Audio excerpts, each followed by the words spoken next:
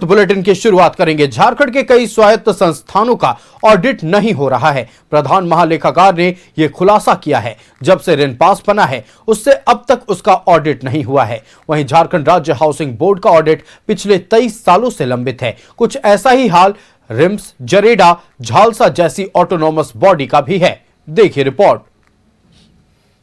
झारखंड की कई autonomous body का ऑडिट नहीं। स्थापना से अब तक रिनपास ने नहीं कराया ऑडिट। 23 सालों से हाउसिंग बोर्ड का नहीं हुआ ऑडिट। रिम्स, जरेडा, झालसा और शाज पर भी सवाल। झारखंड की कई ऑटोनॉमस बॉडी ने सालों से ऑडिट नहीं कराया है।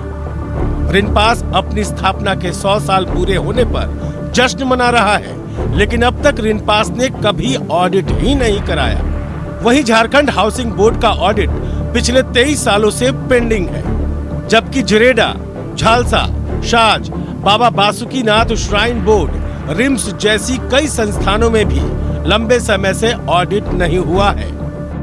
तो जवाबदेही है इन ऑटोनमस बॉडीज की झारखंड की जनता की तरफ, लेजिस्लेचर की तरफ, वो जो है वो संपन्न नहीं हो पा रही है।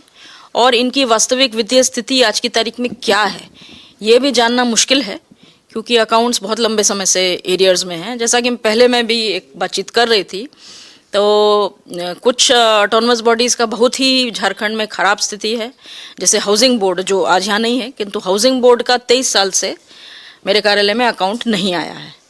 उसी प्रकार 10, 15, 20 साल से अकाउंट्स एरियर्स में है। रिनपास जब से बना है, स्थापना जब से हुई है, तब से अकाउंट नहीं भेजा है। तो ये जो सरकार जो जवाबदेह है जनता की तरफ, लेजिस्लेचर की तरफ, वो उसमें जो है बाधा आ रही है। ऑडिटर जनरल ऑफिस द्वारा ऑडिट सप्ताह मनाया जा रहा है। इसी दौरान अलग अलग दिन 5-5 स्वायत्त संस्थानों को बुलाकर समझाया जा रहा है कि अब लापरवाही बर्दाश्त नहीं की जाएगी। इसी के तहत जरेडा, झालसा, शाज, बाबा बासुकीनाथ श्राइन बोर्ड और रिम्स को 6 महीने के भीतर ऑडिट रिपोर्ट जमा करने का निर्देश दिया गया है। अभी पता चला कि रिम्स का अकाउंट बन गया है, जैसा भी है, तो एक उसमें थोड़ा प्रगति हुई है।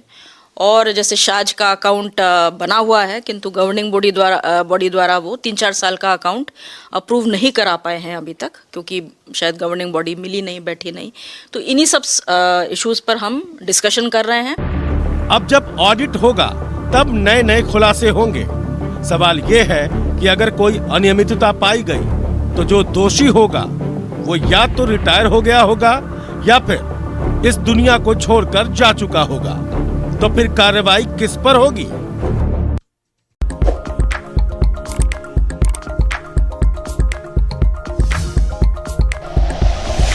Like and share videos, subscribe करें हमारा चैनल और प्रेस करें बेल आइकॉन। न्यूज़ 11 भारत, सच है तो दिखेगा।